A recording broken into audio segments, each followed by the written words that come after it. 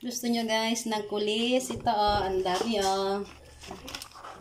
mag-chachap ako para mamaya ay may ulam kami. Babaunin namin sa bukid, sa area. So guys,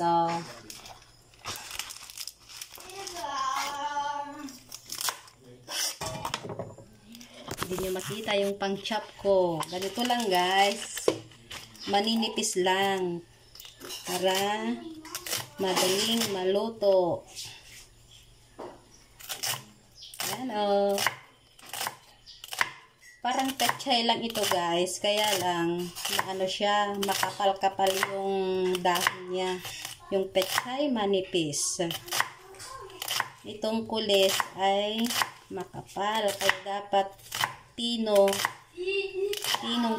ang pang-chop, pang-tadtad.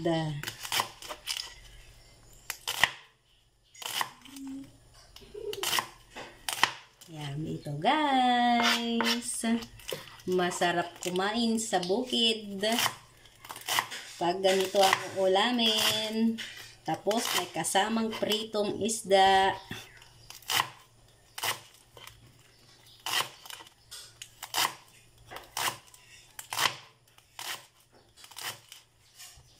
Mamaya guys, kain na tayo. Pag naluto na.